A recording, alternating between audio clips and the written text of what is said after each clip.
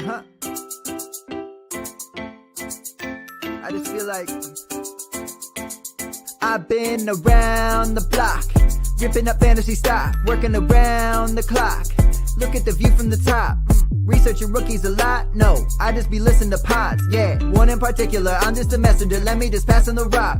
Browning, brunning, pruning, pronouncing ain't what he's doing. What he's doing is not losing, but infusing you with new things. And there's Dennis the Bennett, yeah. The man is a menace, yeah. Building a dynasty, some of the finest things. Promise you, you won't regret it.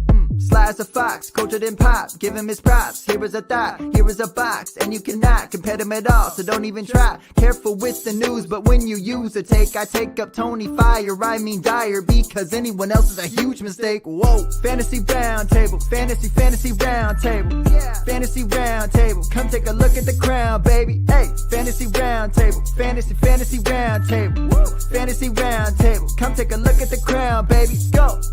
Hello and welcome to another episode of the Fantasy Football Roundtable podcast. I wouldn't call our lineup options a fantasy this week, and it is only week 6. The injury bug continues on. The Rams, the Chiefs, the Dolphins, and the Vikings are all on a bye, which does not help matters.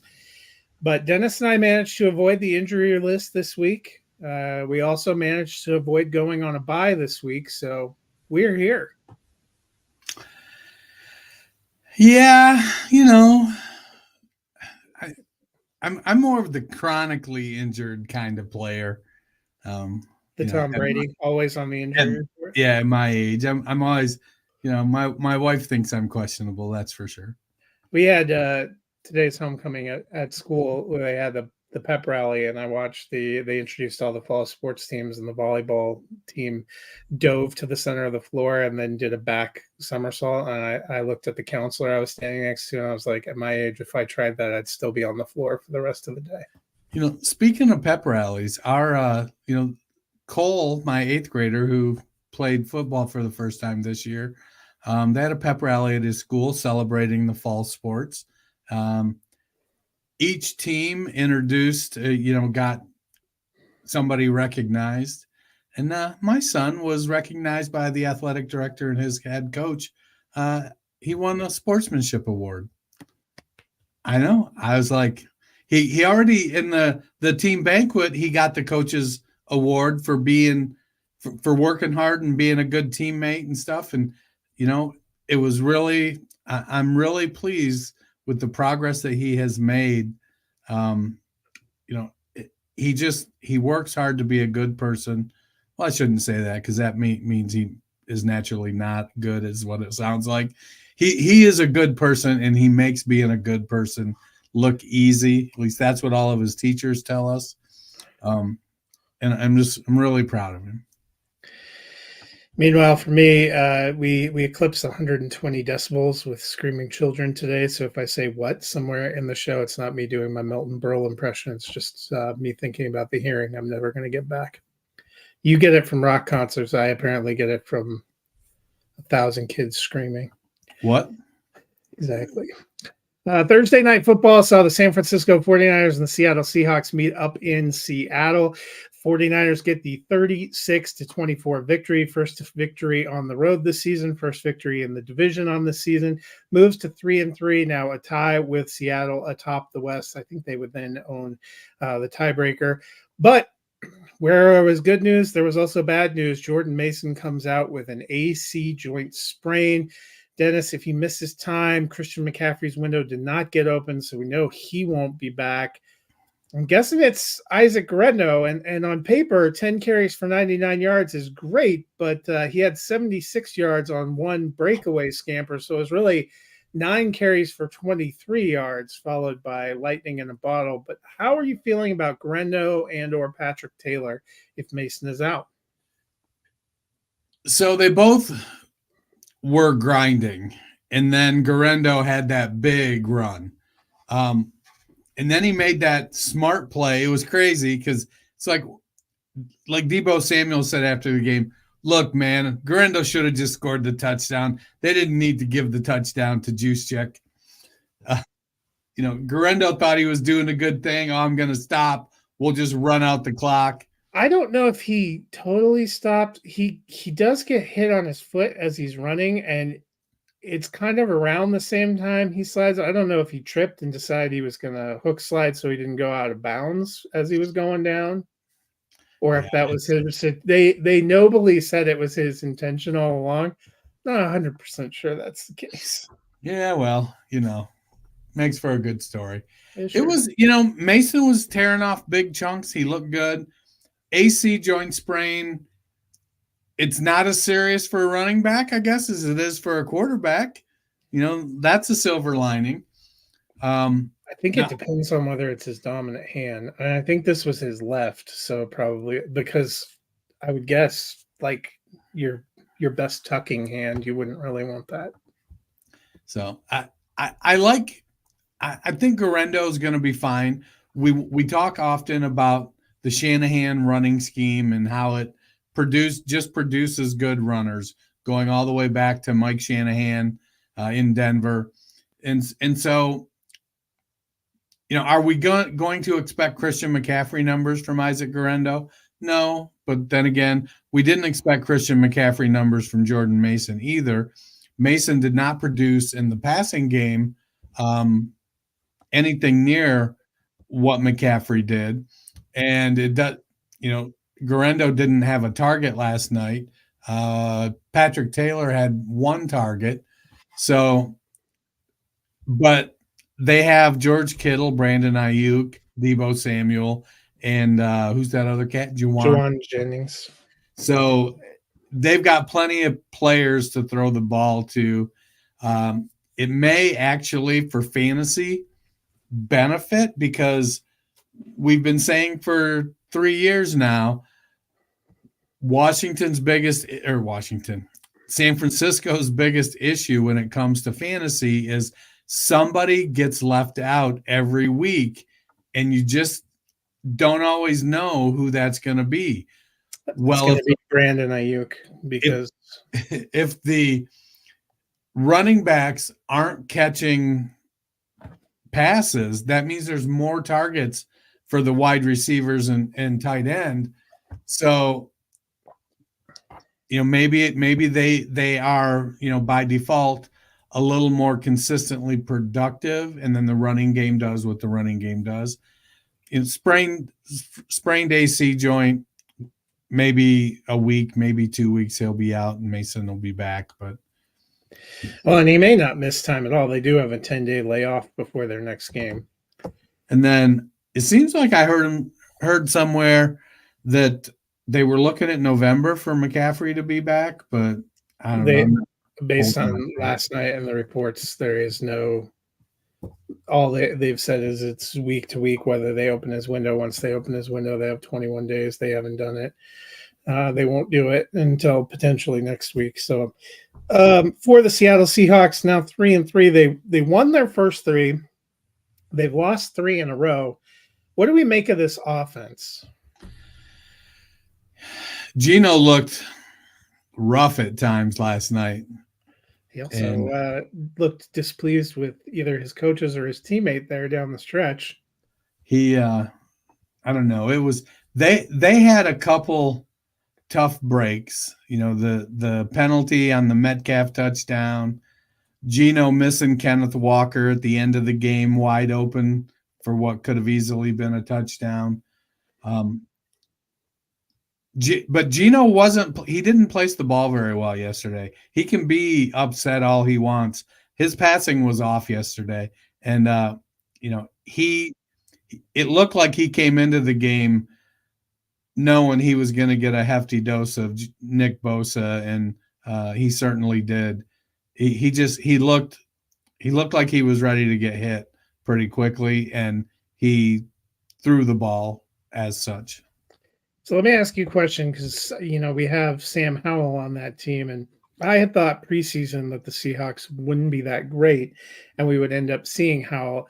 They started hot, but arguably that was a pretty soft part of their schedule. First start for Bo Nix at home against the Broncos. Then you were at the Patriots. That was never going to be a great team. They caught the Dolphins at exactly the right time. Then they had the Lions, and that was a tough game. Probably what should have been the most winnable game of this stretch would have been at home against the Giants, and they kind of pissed that one away. Lost to the 49ers. Now they're at the Falcons, home for the Bills, home for the Rams, who should have Kupp and possibly Puka Nacua back. Then at the 49ers. It's possible they're 3-7 at the end of that. Then do you start wondering when you're going to see, because then they have a game against the Cardinals, then they're at the Jets, at the Cardinals, Packers, Vikings, Bears, Rams. That's not an easy schedule. That was one of the reasons I thought they could potentially struggle. Yeah, it's at some point, I think if Geno starts to falter consistently, I mean, and let's face it, we know Sam Howell can withstand 100 sacks. So it's true, unfortunately. I think yesterday they tried to right the ship in the running game. Walker had 14 carries. He also had 8 targets. He operated like a 3-down back. And if they're going to make moves in that direction, it may be to protect Geno. I don't know. I think Sam Howell brings, I don't want to say an air of mystery, but he's willing to take chances. I think that Geno maybe isn't. Well, you got to see what you have in him, right? You traded for him. Geno's contract expires, I believe, after this year. He was probably not going to be your long-term answer. You have an entirely new coaching staff, including offensive staff. I would think if they see the season sliding away, which that is a tough 4 games, going 1-3 might be an accomplishment in that, and then you'd be 4-6. Not once you start sliding away, I bet there's a chance we still see Howell. Yeah, I think it'll be a little bit later, and it'll be probably at least 6 or 8 more games. Might be nice to start him against the Cardinals game though, at home. That would be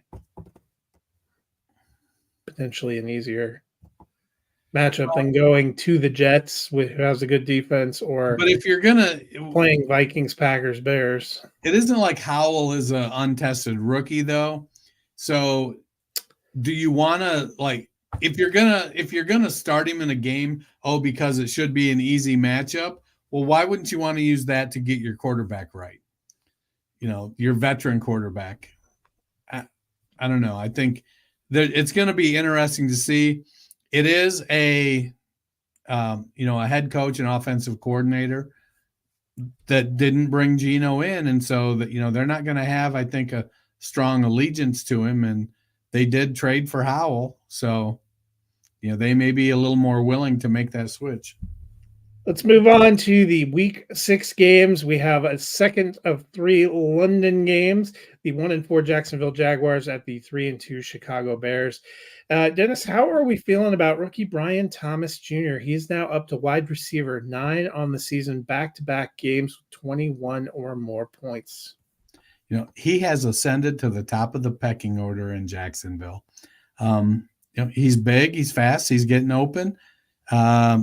Trevor can throw him questionable balls and he goes and gets it. I do think there's still there's still space for Christian Kirk, but I think that space is going to be made by what Brian Thomas does over the top. I mean, he's leading the team in targets, receptions, yards, and touchdowns. The question was a little bit coming into it, like, we've seen a lot of really, really good LSU wide receivers come into the league, and we expected Malik Neighbors was going to be the next one. The question was, well, would Brian Thomas be able to step up to that level? And he seems to be doing it. I think that he's a weekly start right now. Meanwhile, for the Bears, their passing game has picked up, and we've seen great things for DJ Moore. It's also been great for DeAndre Swift.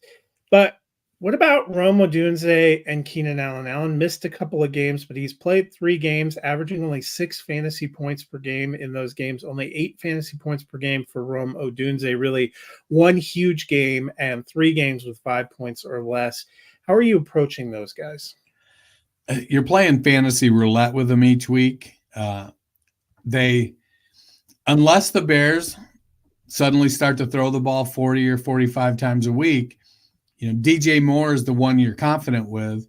Rome or Keenan, it's who's getting the volume this week. Is it going to be the guy over the top, i.e. Odunze? Is it going to be the guy underneath, i.e. Keenan Allen? It doesn't seem like both of them are getting enough volume to put up numbers on a consistent basis. Allen missed some games, but on a per game average, he is only averaging about 1 target per game more than Odunze. I think we'll see Odunze kind of start to separate a little bit. No pun intended. Just because he's the younger, more athletic guy, he's going to be able to bring a little more to the table. There'll be games where Keenan is very productive. I don't think he's like ready to be put out to pasture.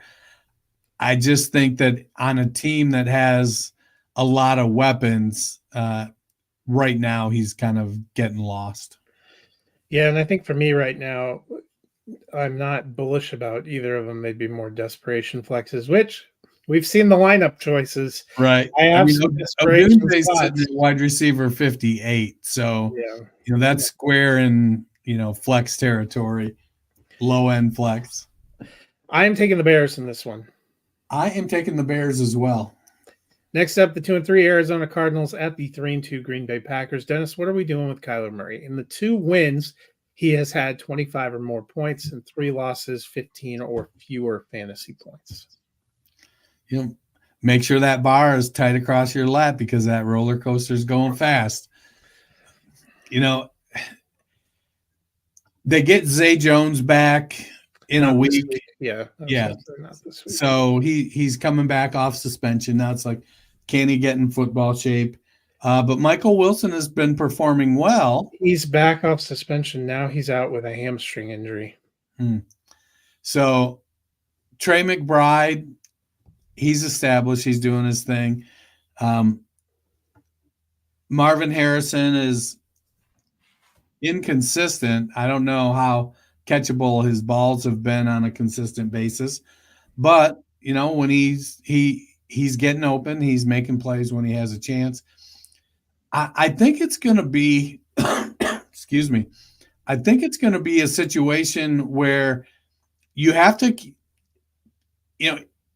keep an eye on him. He's going to be at least a QB2. But in certain matchups, you may be able to count on him to get you some QB1 numbers. I don't know that I'm going to expect him to break off a 50-yard run on a regular basis, but the running game is part of what he brings to the table, and he does get a decent amount of rushing touchdowns. He has the tendency to finish higher than I expect on a season-long basis, but you do have these ups and downs. QB 15, QB 1, QB 17, QB 24, QB 5. Buckle up, Buttercup. Meanwhile, for the Packers, Romeo Doubs back from suspension. Jaden Reed is healthy. Christian Watson got in some practice. Is a game-time decision. How are you feeling about the Packers receivers? Who's the game-time decision? Christian Watson. Oh, okay. I didn't even put him in the rankings because I just didn't expect him to be back. No, but he's logged practice, and now they've upgraded him to a game-time decision. I had to drop the Dontavian Wicks, and I put him back because it's trending like he's going to play. I saw one of the Twitter doctors arguing with Christian Watson's dad about the injury because the Twitter doctor was saying it was a sprained MCL or it was a high ankle sprain. And the dad was like, "Did you see the MRI?" And he's like, "I saw the video." And he goes, "Yeah, I saw the MRI. I talked to the doctor, and it's not a high ankle sprain." So I was like, yeah, you're not. Well, I'm not going to argue with a it player. would who's suggest that he might be right about that, because originally when they had said it was a high ankle sprain, they were talking about him being out for several weeks, which is what I figured. I'm like you. I didn't have him ranked, and then I saw the practice report today and that they listed him as game time, so I went and put him back in there and doxed Dontavian Wicks a little bit. Well, and here's the thing. Christian Watson is fragile. He's his ego and his body. He's extremely talented, but we've seen him break down, have hamstring issues, which to his credit has not been an issue this year. It's been knee and ankle. But I have him ranked at Reed, Wicks, Dobbs, Melton. I would probably, if Watson plays, I'm probably going to slot him in at number 2, because if he's playing, that's where his talent level is, but Reed's the only one I feel good about. Yeah, the Dobbs situation is weird. I will say I think Dobbs could be sneaky this week because he's been very contrite, which is what you would be looking for from somebody who got a weird team suspension that they didn't give a lot of details about. Right. We're going to keep it in-house. He ain't playing. Either way, I'm taking the Packers. So am I. 2-3 Indianapolis Colts at the 1-3 Tennessee Titans. Buckle up for some fun there. How are we feeling about the Colts offense? Game time decision now for Michael Pittman, who we were told midweek would be out on IR for at least 4 weeks. Josh Downs is now trending toward being okay to go after not practicing at all throughout the week. And Anthony Richardson, a game time decision. But we do know Jonathan Taylor is out.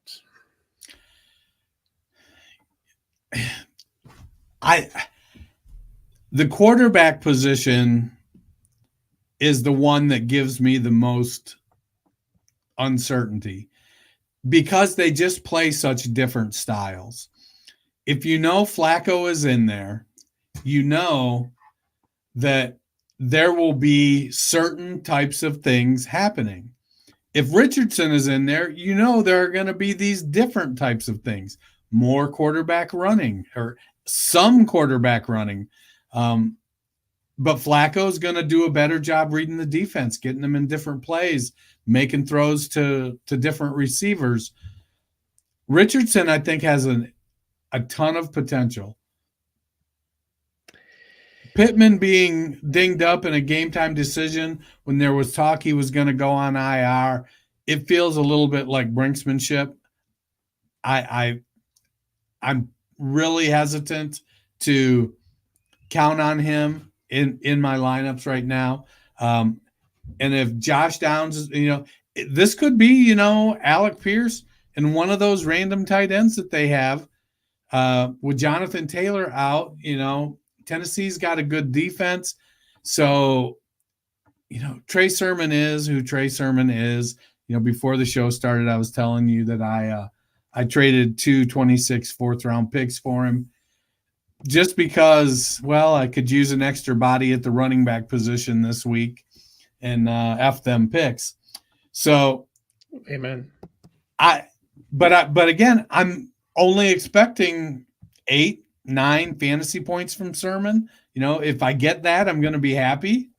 So what makes me nervous is if Anthony Richardson comes back, we saw even in the games he played with Jonathan Taylor, it hurt carries and stuff for Taylor. And it is not a particularly great matchup. Tennessee's not my favorite team, but they are pretty stout up front against the run. They've smothered the teams that they have played. Sermon's kind of a low-end guy for me. Honestly, for the Colts, I'm playing Downs because he has been the best and most helpful. I don't know how I feel. If Pittman's active, I don't know what to buy from them. If you have other options, like last night, I had to decide whether I was going to roll with Ayuk or play Pittman, and I played Brandon Ayuk because who knows? I still don't necessarily think that's going to be bad because he has been real up or down. I almost might prefer Alec Pierce as a deep dart throw flex because we've seen both Flacco and Anthony Richardson bomb it to him. He seems to be there. We're going to YOLO ball it at some point in time, no matter who the quarterback is.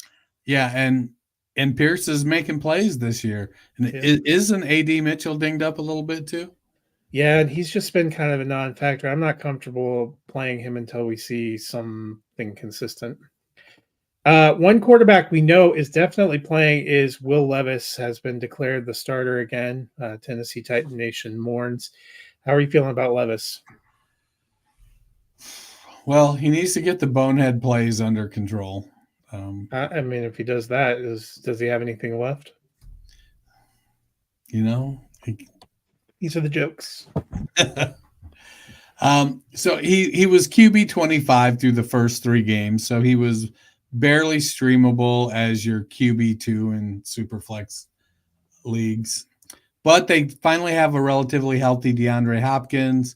Chigo Okonkwo is producing a little bit. The 2 running backs are putting up some numbers, enough to the point where you wish just one of them would play so you could have a really good running back, but they're playing both of them, so you have 2 flex plays basically.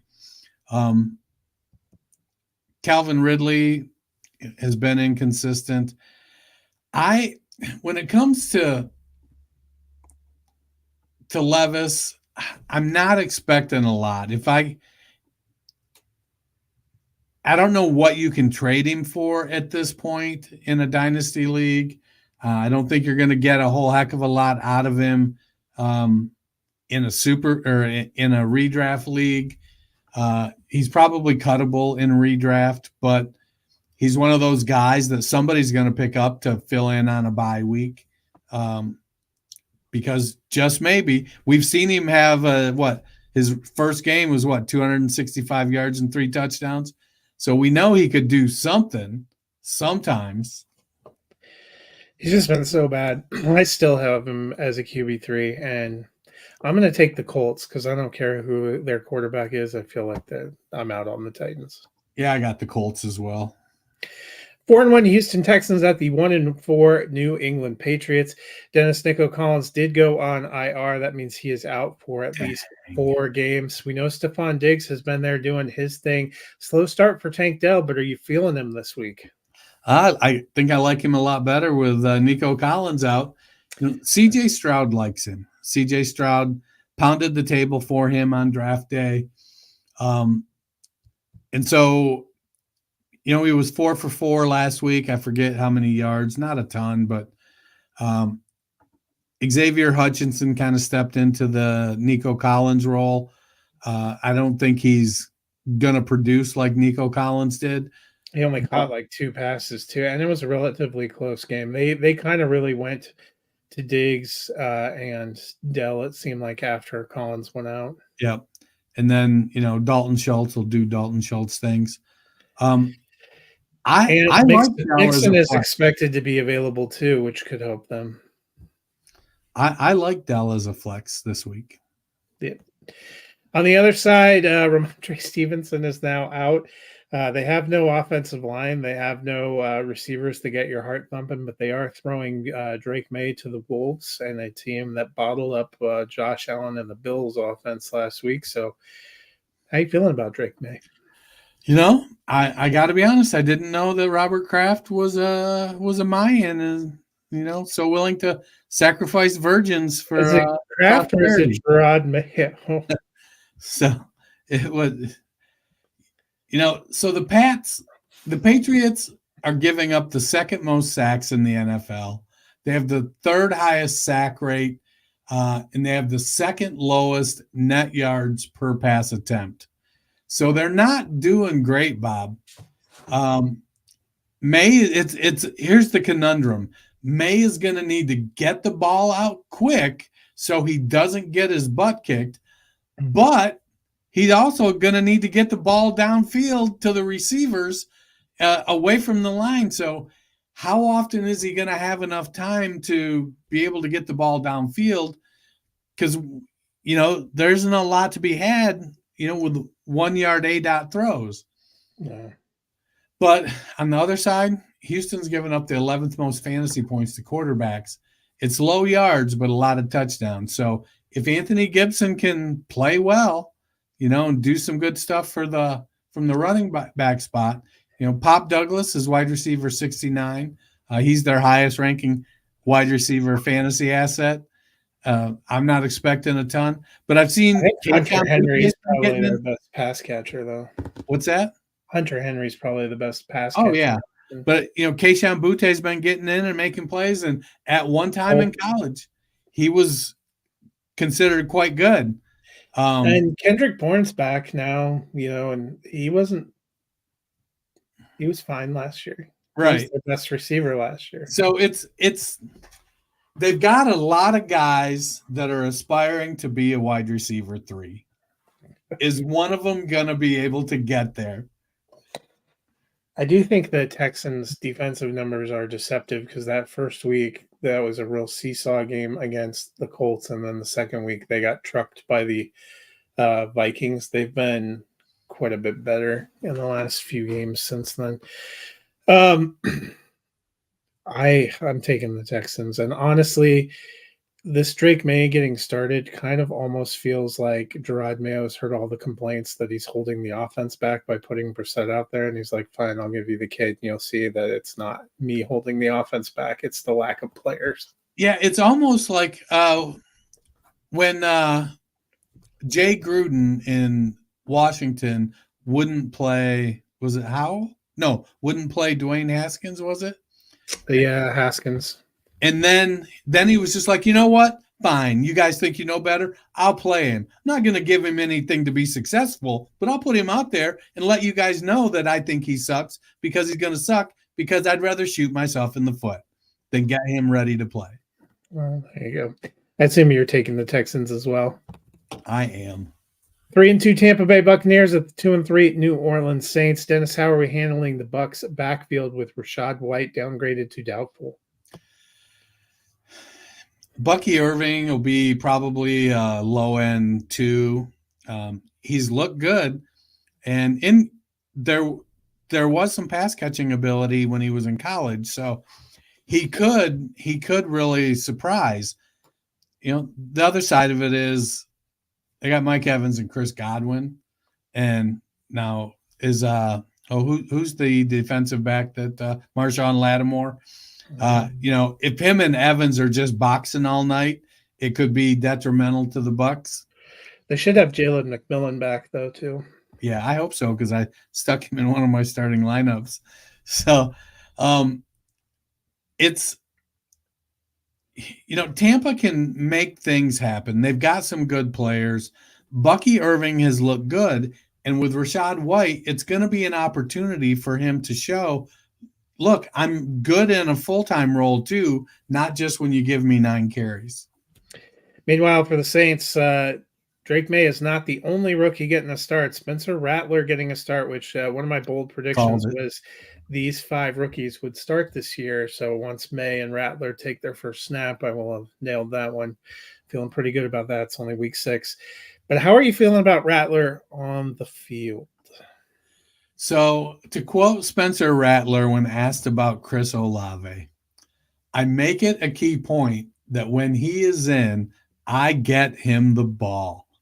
Spencer Rattler is clear on the mission. He's got a big arm. It's going to benefit Rashid Shaheed as well. He's a downfield shot taker. Spencer Rattler's a downfield shot taker. Rattler's not he's not super mobile. He didn't run. He ran like a 4.9. He's not fast, but he's got a big arm. Will he make the right reads? That's going to be the question. And will the offensive line hold up? They've got Kamara. They've got Jamal Williams to be able to have a reasonably good run game. And so they may try to balance it. But I think Rattler's going to take several shots downfield to Shaheed and Olave. And I don't think he gets rattled if he throws an interception. I'm going with the Buccaneers in this one. So am I. 1-4 Cleveland Browns at the 2-2 Philadelphia Eagles. Dennis, Nick Chubb's practice window got open this week. He has officially been ruled out. He wasn't ready to return, but we're getting closer. If you've been holding him in fantasy, I know the Browns offense has been a mess. Are you getting excited? No, because the offense has been that big a mess, and for Kevin Stefanski to be so adamant that he's not gonna set Deshaun Watson down for a game or two to just say, hey, let's get right here. Take a week off. Watch Jameson Williams go for 350 and 3 and 4, because he's going to have his interceptions. But Nick Chubb, for as good a player as he is, they timeshare him. They don't throw him the ball very much. And if he comes back and he plays the first game back, he may earn his normal amount of touches based on the fact he's Nick freaking Chubb. And he may put up, a typical Nick Chubb game, 15 carries for 97 yards and a touchdown. Or he may be like many running backs coming back off a major injury, and he's, 15 carries for 44 yards and no touchdown. Something to look forward to. Well, the Eagles are back off a bye, and you know what? A.J. Brown and Devonta Smith are back. Are you hyped? I am, because I have several shares of Devonta Smith. I don't think I have a single share of A.J. Brown. But the Eagles, Saquon Barkley, A.J. Brown, Devonta Smith, Dallas Goedert, and Jalen Hurts, you know what's coming at you. We'll see. Can the center continue to improve? It's tough following a legend. Lane Johnson out at right tackle, and I forget who they got at left tackle now. They've got Tyron Smith, I think. Yeah, no, he's at the Jets. Oh, he's with the Jets. That's right. So it doesn't matter. We don't get fantasy points for that. In my fantasy blocking league, I sure do. Well, you and your slick leagues there. I'm just kidding. I could never. It would take too much time. So I expect it's going to be more of the same. They're going to run the ball well. It's Jordan Mailata. Okay. They're going to run the ball well. They're going to throw the ball well. You've got two of the best receivers in the NFL. Dallas Goedert, usually when you've got Barkley, Brown, and Smith, Goddard kind of ends up as the odd man out. There'll be a tush push, maybe two. It'll be the Eagles doing what the Eagles do. I am taking the Eagles. I think this could be a good game for them. Yeah, I think it could be a blowout. That's what I think it could be. I initially, early on, my offseason picks, I had the Browns, but I'm changing it to the Eagles. 4-1 Washington Commanders at the 3-2 Baltimore Ravens. This could be one of the better games of the weekend. How are you feeling about Terry McLaurin? He is up to wide receiver 24. A couple of slow games at the beginning, but he has had 13 or more points in each of the last 3 games. So it seems like, Cliff Kingsbury there realized, hey, man, I've got a really good wide receiver. I should probably throw him the ball. I don't know. McLaurin, he's sitting at wide receiver 24 right now. The Ravens are giving up the second most fantasy points to wide receiver, third most passing yards to wide receivers, and the second most receiving touchdowns. It should be a good game for Terry McLaurin. Meanwhile, kind of a roller coaster ride for receiver on the other side, and that is Zay Flowers. He's been unquestionably the best wide receiver for the Ravens, probably their most consistent pass catcher, but it's still been a yo-yo. 11 points, 22 points, 5 points, 2 points, 19 points. How are you feeling about Flowers? So the Commanders are pretty stout against tight ends. Now, granted, they're going against a 3-headed tight end monster in Baltimore and Andrews, Likely, and Kohler. So that may present some problems that the Ravens have, or the Commanders haven't faced up to this point. Because to be fair, Washington hasn't really faced a good tight end. I think Washington's given up like the second or third fewest fantasy points to tight ends, and the best opportunity they had, McBride was out, so they didn't have to play McBride. And then last week, Njoku, it was his first game back from injury, so they haven't faced a lot of competition for that position. So, that being said, who else do they got besides Zay Flowers? Rashad Bateman. He's earning his contract, I guess, but he's not nearly as good as he has been better than in years past. But he's still kind of a desperation flex. He the desperationist of desperation plays. Yeah, I think Flowers is probably in the wide receiver 3 to 4 range this week. Yeah, I mean, he is wide receiver 3 on the season, doing 29. This was a tough one. My heart wants the Commanders, but I'm taking the Ravens. I feel the exact same way. Like, it's one of those games where if Washington wins, I'm going to be like, yeah, totally can totally see why. Yeah. 2-2 Los Angeles Chargers at the 3-2 Denver Broncos, two teams that are suddenly frisky. Dennis, how are we feeling about J.K. Dobbins? He started out with 2 20-plus point games to start the season. He's been below 10 points in each of his last 2 games. Denver's rush defense is no joke. Yeah, he was, RB4 after the first 2 games and RB38 across the last 2 games. And with the Broncos defense playing as well as they are, I think Dobbins has established his place in the Chargers running back hierarchy. I just don't think it's going to be terribly productive this week. He's a flex play at best. But he also has some explosiveness. He can make some plays. He's probably not going to take it 90 yards, but he could take it 40 yards to the house, I think. I just think that the way the Broncos defense is playing, the Chargers defense is going to have to play equally as good. I know that probably strikes you as shocking, but this is going to be a fairly low-scoring game, I think. Meanwhile, for the Broncos, Josh Reynolds is out. How are we feeling about Courtland Sutton? Man, so the volume is there. He just isn't converting. He's averaging a career high 8.2 targets per game. What was that thing you said about catchable balls? Yeah. Ain't that the truth? He's got a career low 39% success rate and a 41.5 catch rate, and a 5.5 yards per target, which with Bo Nix makes sense. Let's be fair. Though I have seen Bo Nix throw downfield at Courtland Sutton. He hasn't hit him, but he's thrown in that direction. He's dominating targets. He has more than twice as many targets as the next player on the team.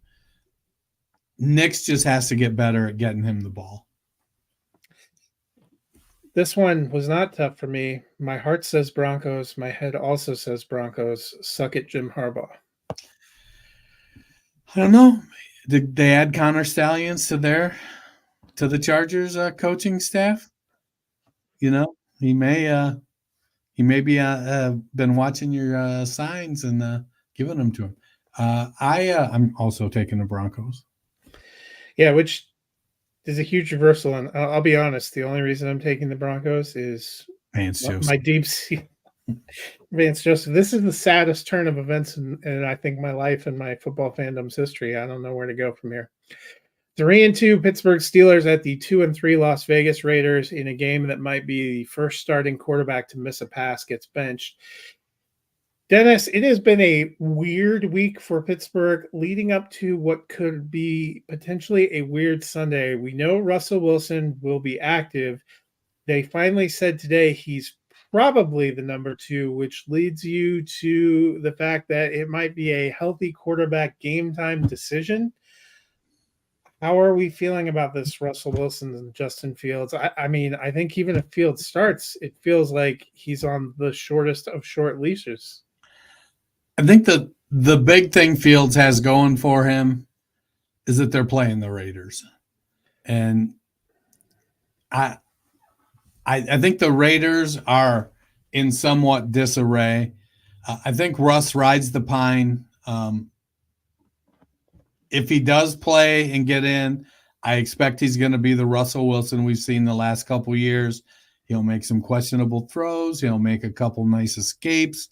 He's not going to run like Fields runs. But I also don't know that he's not the passer he was 5 or 6 years ago.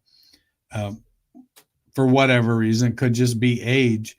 I was listening to George Pickens, and I think it might have been on Adam Schefter's, I don't know if it was podcast or on an ESPN show or something this week. I just happened to stumble across it. And Pickens was surprisingly normal and humble for the way that he is portrayed on TV. It was really interesting to listen, to the point where I'm like, he can't be talking to George Pickens. George Pickens is a wild card. And he was just like the most normal, humble guy talking about things. I got to do better and I have to take care of it was the wildest thing. Yeah, and there's something going on with him and Russ, because they both said nice things about each other. Russell Wilson threw him a lot of verbal bouquets. So, meanwhile, the Raiders have made a quarterback change to Aiden O'Connell. He was 5-5 as a starter last year, but he did not have exceptional passing numbers. In fact, won a game against the Chiefs without completing a pass in the second half. What are we expecting? No Devontae Adams, game time decision for Jacoby Myers and Samir White. So he was a 62% passer last year in 11 games with 10 starts. He averaged per game 19 attempts for 19 completions on 31 attempts for 202 yards, and he had a 12-7 touchdown to interception ratio. Gardner Minshew averaged 18 for 29 for 195 yards with a very similar touchdown to interception ratio that I didn't put on the sheet. I mean, what you're saying is they grabbed Spider-Man costumes and pointed at each other. He's like a 2-inch taller Gardner Minshew. He's got the Super Troopers mustache versus Minshew's mullet. It's just I think they both have mustaches though. Yeah, but Minshew's more known for the mullet. He has a high handlebar too, I think. Than than Aiden O'Connell having the Super Trooper mustache. He looks like the one dude from that show. I think the Steelers are going to win. It doesn't matter who plays quarterback. So again, this is another one in my quick and dirty earlier. I picked the Raiders, but I'm going to change it to the Steelers. It's because you had complete temporary insanity for picking the Raiders the first time. I thought they would be better too. I liked Antonio Pierce. I still do, but I don't think he's been dealt a very great hand by their GM. Yeah, I don't think he's played it that well either. I mean, those AFC West team games may not have much in the way of scoring, but I'll tell you, the last two games on Sunday afternoon should have plenty of scoring. One for both teams, one for at least one team. And the first is perhaps one of the more games I'm excited about for the weekend, the 3-1 Detroit Lions at the 3-2 Dallas Cowboys. Dallas's defense has died, not literally, but most of them are on IR and not playing. Detroit's pass defense, unless they had a miracle over their bye week, has been a little suspect. So how are we feeling about Goff in this one? Goff, darn it. It's on the road, which is not great for Jared Goff. But it's in a dome. But it is inside. So, we got that going for us. So I'm telling you, there's a chance. Dallas is down to Marcus Lawrence and his backup, Marshawn Kneeland. Yeah, they're both on IR. As well as, Micah Eric Kendricks and Micah Parsons are out. So, yeah, the It's not good. Dallas gives up the 14th most fantasy points, but a lot of it is to running quarterbacks, and Goff is not that. So I think Goff will be okay, but it's not going to be a spectacular game. And for everything that Goff does well, one of the biggest advantages he has is Jahmyr Gibbs and David Montgomery, and Dan Campbell ain't afraid to use them. Yeah, I mean, I think all their offensive pieces. Laporta's back healthy. The bye week came at the right time for him and for Amon-Ra. I'm excited for them. Meanwhile, for Dallas, we figure the pass offense should be pretty good from what we've seen. Rico Dowdle last week got something going, but Detroit's one great thing that they've done defensively has been pretty well clamping down on the run. So how are we feeling about Rico this week? So it's been an interesting trend. So week 1, Elliott had 51% snaps, 44% for Dowdle, with Zeke out touching him 12-9. Since then, it has slanted heavier and heavier towards Rico Dowdle. Dowdle is sitting at RB 28. Zeke is RB 54. There was a little, I don't want to say squawking, but Zeke did mention that he felt like he'd at least get some red zone carries. And, the thing is, while Zeke is bigger and a little and more powerful than Dowdle, Dowdle still, he's like 212 pounds, 211 pounds. He's not petite, but he's no who's the other guy they got there? The little Deuce dude. Vaughn. He's no Deuce Vaughn. But last week was the biggest one. Dowdle outtouched him 22-7. So before that, no running back had more than 13 opportunities, and that was Dowdle in week 3. It had been 12, 12, 13, 12, and then 22 last week. I don't know if Brandon Cooks' injury had something to do with that, but the way Jalen Tolbert played, I'd be like, let's just keep doing what we were doing. I think Dowdle is the back you want there. I don't think Zeke is startable, and in a redraft, I don't know that he's even rosterable. I'm taking the Lions in this one. I'm changing mine to the Lions as well. 3-2 Atlanta Falcons at the 1-4 Carolina Panthers. It was a great week 5 for Kyle Pitts. Will it be a great week 6? Well, Carolina gives up the 5th most fantasy points to tight ends. On the flip side, they give up the 8th most to wide receivers and the most to running backs. So you're saying it's going to be a good game for everyone? What I'm saying is Carolina gives up a lot of fantasy points. I think what will hold, so it is a division game, so there'll be a little bit of extra sauce on it. I think the Panthers are fresh out of sauce, if we're being honest. And so I think Pitts will be, in the tight end 1. I think he'll be a tight end 1 again this week. I think they're recognizing and Kirk Cousins is getting around. I get it. Kadarius Hodge made a big play last week, and Darnell Mooney had a monster week last week. But the offense runs through London, Pitts, and Bijan. Let's not forget that.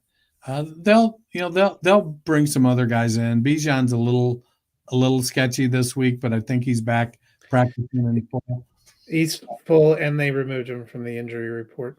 So, I mean, even if you're questionable versus Carolina, you're still off the injury report. I think it's good they pulled him from the injury report. I will take a little bit of a disagreement. I actually think that Cousins has something going with Mooney.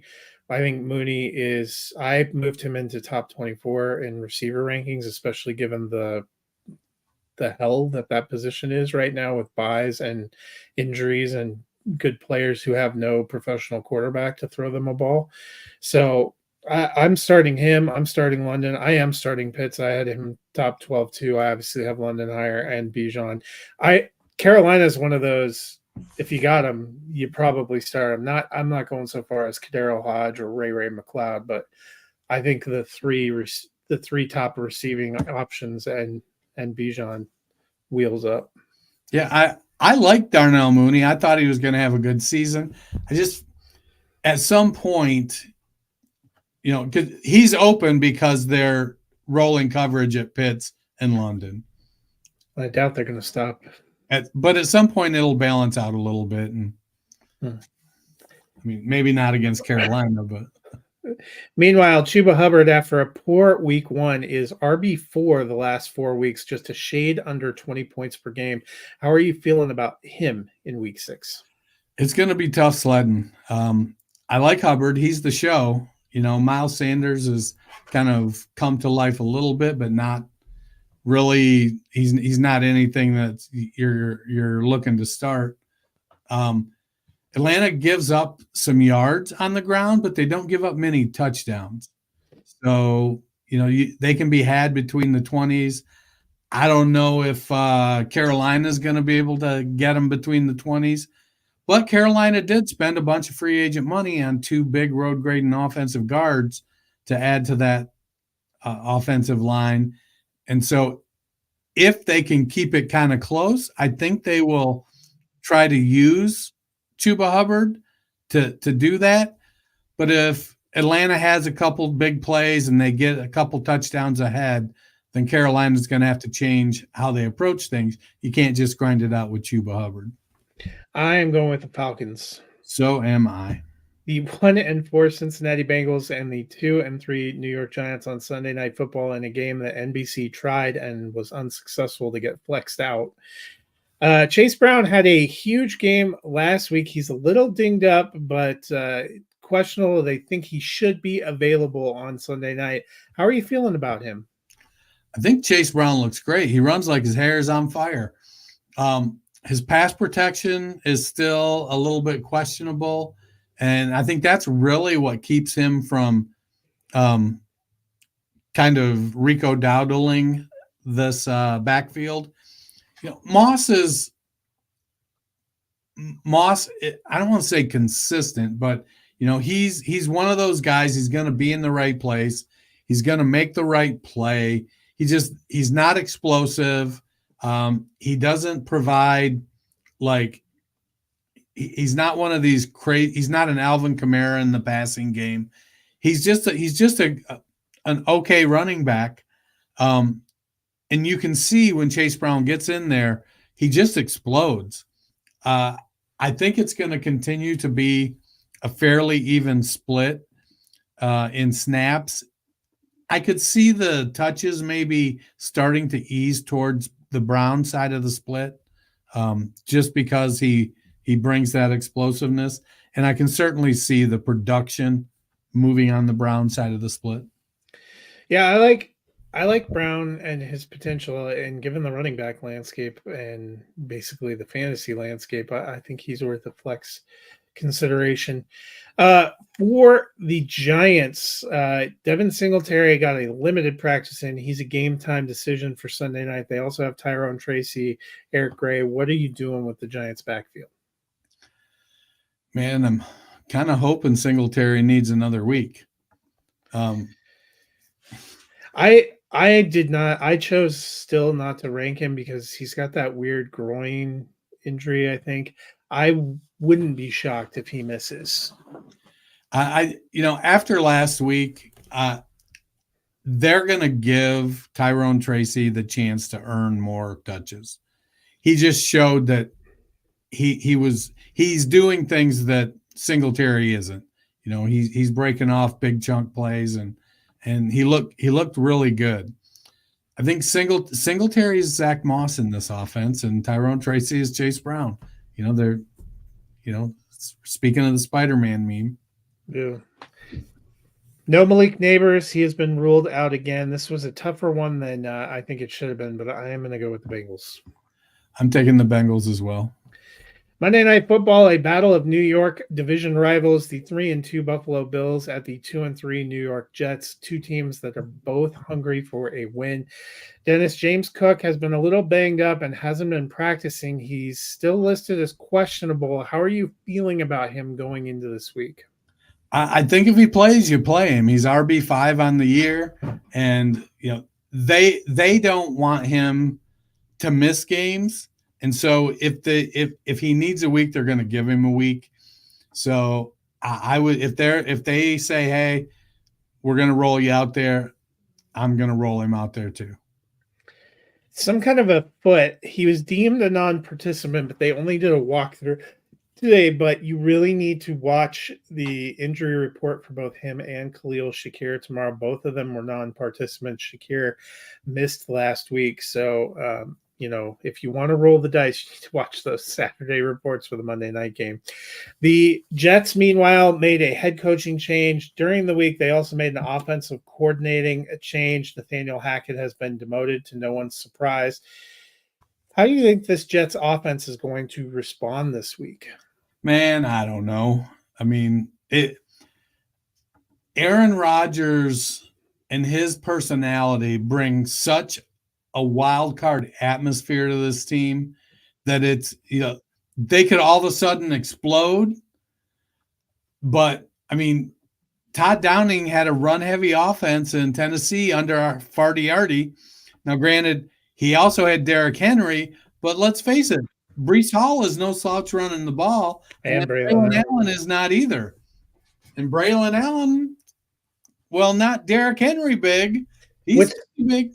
What's interesting to me is you're right. He came from those run-heavy offenses. Do you know he's been the passing game coordinator for New York prior to getting this play call? Well, I think he went to Mike McCarthy's analytics classes, and the same place that did those. He went there to their. Don't mention Mike McCarthy to Aaron Rodgers. I don't remember that ending.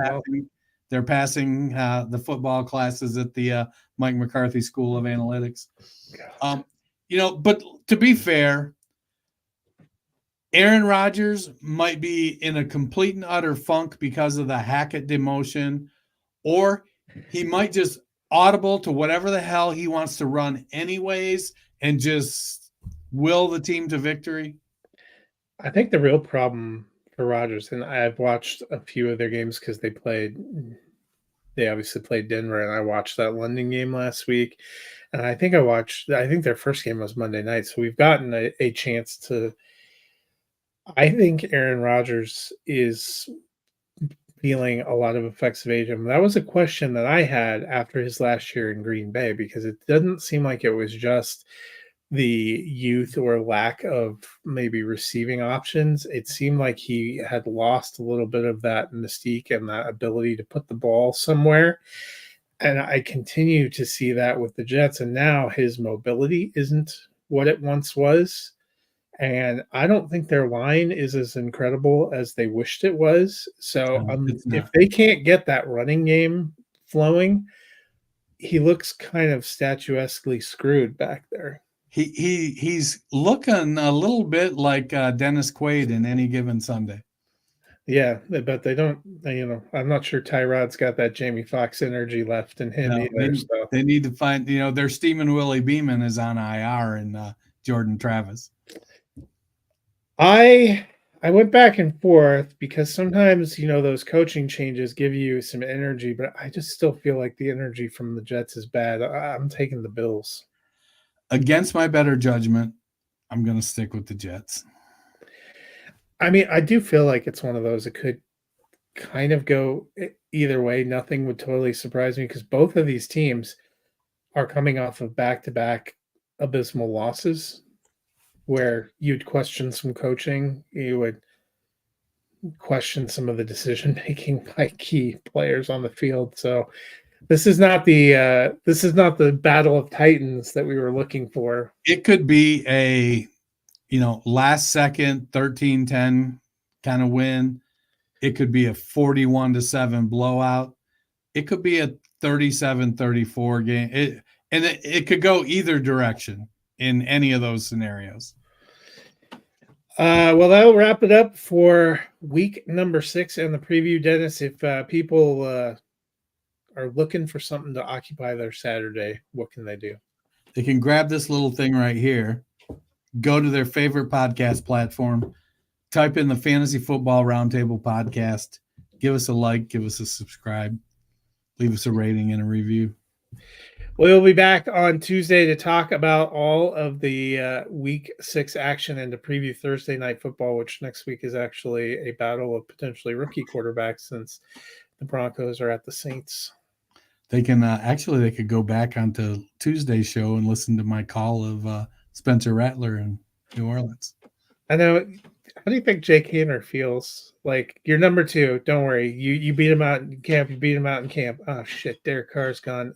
Jake, we don't really want you to play. Hey, Jake, you're still number 2. Well, let's hope we don't all end up number 2 in our own lives. I hope you guys have a wonderful weekend, and I hope your fantasy teams have enough healthy players to field a lineup. Until Tuesday, you guys take it easy. Ciao, baby.